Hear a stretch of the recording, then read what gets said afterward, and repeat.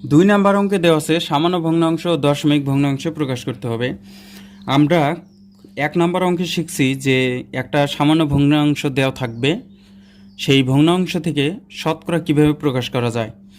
আর 2 নম্বরে অঙ্ক দেওয়া আছে যে শতকরায় থাকবে, সেই শতকরাকে প্রথমে সামান্য ভগ্নাংশে প্রকাশ করতে হবে, তারপরে দশমিক ভগ্নাংশে প্রকাশ করতে হবে।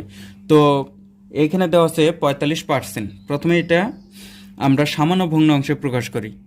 সামান্য ভগ্নাংশে প্রকাশ করতে হলে 45 উপরে থাকবে, আর পার্সেন্টেজের জন্য একটা 100, পার্সেন্টেজের জন্য একটা 100। পার্সেন্টেজ মানে হচ্ছে উপরে 1, নিচে 100। এই 1-এর এখানে যে কোনো সংখ্যা থাকতে পারে, 10 থাকতে পারে, 20, 30, 40, 50 বা যে কোনো সংখ্যা থাকতে পারে, সেটা সমস্যা নাই। কিন্তু পার্সেন্টেজের এটা একটা শর্ত। তার মানে হচ্ছে যে যখন পার্সেন্টেজ ছিল তখন আমরা 1 ডিভাইডেড মানে 100 এরকম শর্তে আনতে হবে। তো আমরা এরকম শর্তে কিন্তু এটা আনছি, উপরে 45, নিচে 100। এখন আমরা এটা কাটাকাটি করব, 5 নং 45 5 দিয়ে যায়, আর 5 বিশং 100। তো আমরা 20-এর 9 ভাগ মানে হচ্ছে উপরে 9 ডিভাইডেড 20, এটা একটা সামান্য ভগ্নাংশ। সামান্য ভগ্নাংশ প্রকাশ করছি, এখন এটা দশমিক ভগ্নাংশে প্রকাশ করতে হবে।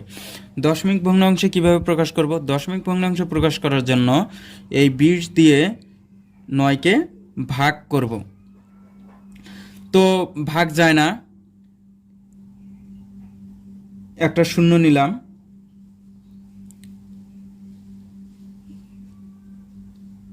দশমিকের জন্য একটা শূন্য। এখন 4 দিয়ে যায়, 4 0 0, 4 দুগুণে 8। যদি 90 থেকে 80 বাদ দেই তাহলে 10, আর দশমিকের জন্য একটা শূন্য, আর 5 দিয়ে যদি 20কে গুণ করি, 5 বিশং 100। তাহলে আমরা প্রথমে সামান্য ভগ্নাংশ প্রকাশ করছি, সেটা হলো যে 9 ডিভাইডেড 20। আমরা অঙ্কটা সামান্য ভগ্নাংশে প্রকাশ করছি। তো দ্বিতীয় চাইছে যে দশমিক ভগ্নাংশে প্রকাশ করো। প্রথমে একটা অঙ্ক সামান্য ভগ্নাংশে প্রকাশ করতে হবে, তারপরে সেই অঙ্কটাকে যেটা ফলাফল বের হবে তাকে আবার দশমিক ভগ্নাংশে প্রকাশ করব। তো দশমিক ভগ্নাংশে প্রকাশ করলে 0.45, এইটাই উত্তর। এই অঙ্কটাকে আমরা প্রথমে সামান্য ভগ্নাংশে প্রকাশ করব, তারপরে দশমিক ভগ্নাংশে প্রকাশ করব। তো অঙ্কটা সমস্ত দেওয়া আছে, প্রথমে সমস্তগুলো ভেঙে নিই। আমরা আগেই জানছি যে সমস্ত কিভাবে ভাঙতে হয়। 11 আর 4 দিয়ে গুণ, 4 11 44, আর উপরে যেটা থাকবে সেটার সাথে যোগ, তাহলে 45। উপরে 45 ডিভাইডেড 4। এটা আমরা সামান্য ভগ্নাংশ প্রকাশ করে নিছি।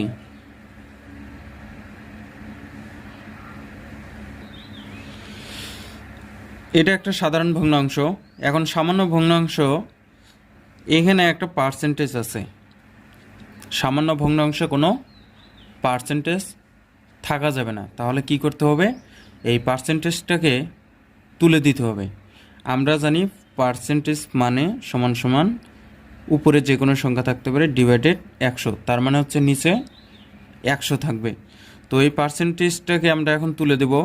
45 ডিভাইডেড 4 ঠিক থাকবে, তারপরে গুণ, উপরে 1 ডিভাইডেড 100। এখন আমরা 5 দিয়ে কাটাকাটি করব, উপরেও কাটাকাটি করব, নিচেও কাটাকাটি করব। 5 দিয়ে যদি 45কে কাটি, 5 নং 45, আর 5 বিশং 100। আর কোনোভাবেই কাটাকাটি করা যায় না। তাহলে উপরে 9 আর নিচে 4 আছে আর 20 আছে, 4 আর 20, 4 20-এ 80। আমরা এটা সামান্য ভগ্নাংশ পাইলাম। এখন আমরা এটাই দশমিক ভগ্নাংশে প্রকাশ করব। তো দশমিক ভগ্নাংশ প্রকাশ করার জন্য 80/9, 80 দিয়ে 9কে ভাগ যায় না, তাই আমরা একটা দশমিক নিব। দশমিকের জন্য এখানে একটা শূন্য, দশমিকের কারণে এখানে একটা শূন্য বসবে। এখানে 90, এখানে 80, এখন ভাগ করা যাবে। তাহলে 1 দিয়ে যদি দেই 80কে 80, 90 থেকে 80 বাদ দিলে 10, আর দশমিকের জন্য একটা শূন্য, আবার 1 দিয়ে যায়। 100 থেকে 80 বাদ দিলে 20, দশমিকের জন্য একটা শূন্য। যতবার আমরা নিচে বিয়োগফল বসাবো, যদি ভাগ না যায় এই দশমিকের কারণে, ততবারই একটা করে শূন্য যোগ হবে।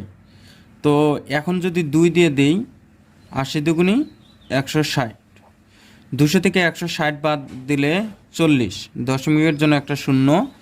5 দিয়ে যদি দেই, 5 আসতে 40, তাহলে 80 দিয়ে 5 দিয়ে গুণ করলে 400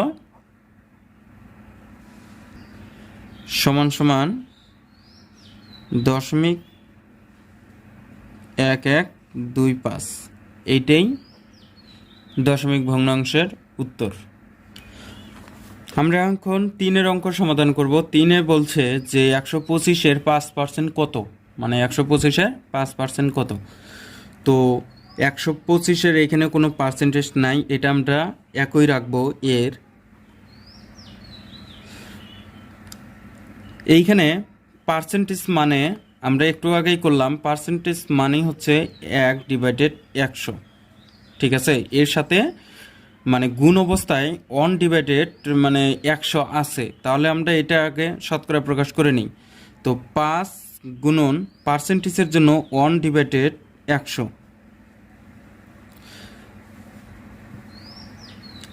এখন যদি কাটাকাটি করি, 5 দিয়ে যদি 100কে কাটি, তাহলে 5 বিশং 100, উপরে থাকলো 1, নিচে 20। 125 এর উপরে 1 আর নিচে 20। এখন আমরা 125 আর 20 দিয়ে কাটাকাটি করব। আমরা কাটাকাটি করব 5 দিয়ে, 5 4 20,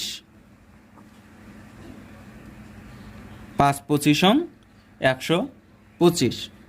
তাহলে কাটাকাটি করা বের হলেও উপরে 1 আর 25 যদি গুণ করি, তাহলে 25 আর নিচে শুধু 4। এটা একটা অপ্রকৃত ভগ্নাংশ, এটা একটা অপ্রকৃত ভগ্নাংশ, কারণ হর হচ্ছে ছোট, লব হচ্ছে বড়। তাহলে অবশ্যই এটাকে মিশ্র ভগ্নাংশে প্রকাশ করতে হবে। তো এটাকে আমরা এখন মিশ্র ভগ্নাংশে প্রকাশ করে নেই। যদি 4কে 6 দিয়ে গুণ করি, 4 6 24, ভাগ যায়। 25 থেকে 24 বাদ দিলে 1, আর ভাগ যায় না, তাই একটা 1। এখানে আমরা একটা দশমিক, এখানে আর ভাগ যায় না, তাহলে ভাগফল যেটা, এটা উপরে যাবে, আর আমরা যেটা দিয়ে ভাগ করছি সেটা নিচে আসবে। তাহলে 6 সমস্ত, উপরে 1 নিচে 4, এটাই উত্তর। আমরা এরকমই আর একটা অঙ্ক সমাধান করব। আর একটা অঙ্ক সমাধান করলে এইরকম যত অঙ্ক থাকুক না কেন, যে কোনো অঙ্কই করা সম্ভব হবে। তো অঙ্কগুলা ভালোভাবে বোঝার জন্য আমি আর একটা অঙ্ক সমাধান করে দিচ্ছি। তো প্রথমেই 225 এর, এটা ঠিক থাকবে। এই পার্সেন্টেজটাকে আমরা এখন ভাঙাবো। তো 9 ঠিক থাকবে, এর সাথে উপরে 1 নিচে 100। তার মানে এই শতকরা মানে হচ্ছে এখানে মানে হর অবশ্যই 100 থাকবে।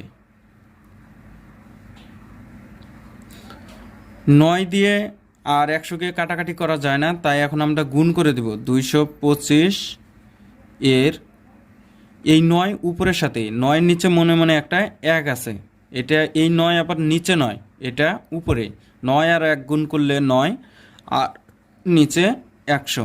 এখন আমরা 225 আর 100কে 5 দ্বারা ভাগ করতে পারি।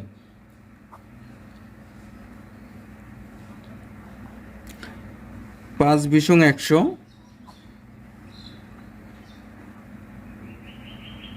5 45 225, আবার 5 দিয়ে ভাগ যায়। 5 4 20, 5 9 45। তাহলে উপরে উপরে থাকতেছে 9 আর 9 9 9 গুণ করলে 9 গুণ করলে 81, আর নিচে থাকতেছে শুধু 4। এটা একটা অপ্রকৃত ভগ্নাংশ। এই অপ্রকৃত ভগ্নাংশকে আমরা এখন মিশ্র ভগ্নাংশে প্রকাশ করব। প্রথমে 2 দিয়ে ভাগ দিব, 4 দুগুণে 8 মিলে গেল। তারপরে একটা সংখ্যা এখানে বসাবো। এই 8-এর পরে এই 8 মিলে যাওয়ার কারণে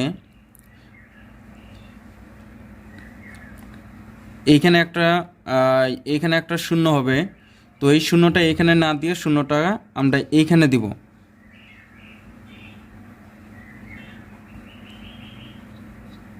তারপরে শূন্যটা এখানে দেওয়ার পরে তারপরে এইখানে যে সংখ্যাটা থাকবে এইখানে নিচে বসাবো। আর নিচে আর কোনো সংখ্যা দ্বারা ভাগ করা যায় না, তাই উপরে 1 যাবে আর নিচে 4 আসবে। বা আমরা এইভাবেও ভাগ করতে পারতাম যে 4 বিষম 80, এখানে 1 এখানে 1 আর ডিভাইডেড 4, তাহলে 20 সমস্ত, উপরে 1 নিচে 4। এটি উত্তর। এইভাবেই বাকি অঙ্কগুলো সমাধান করতে হবে।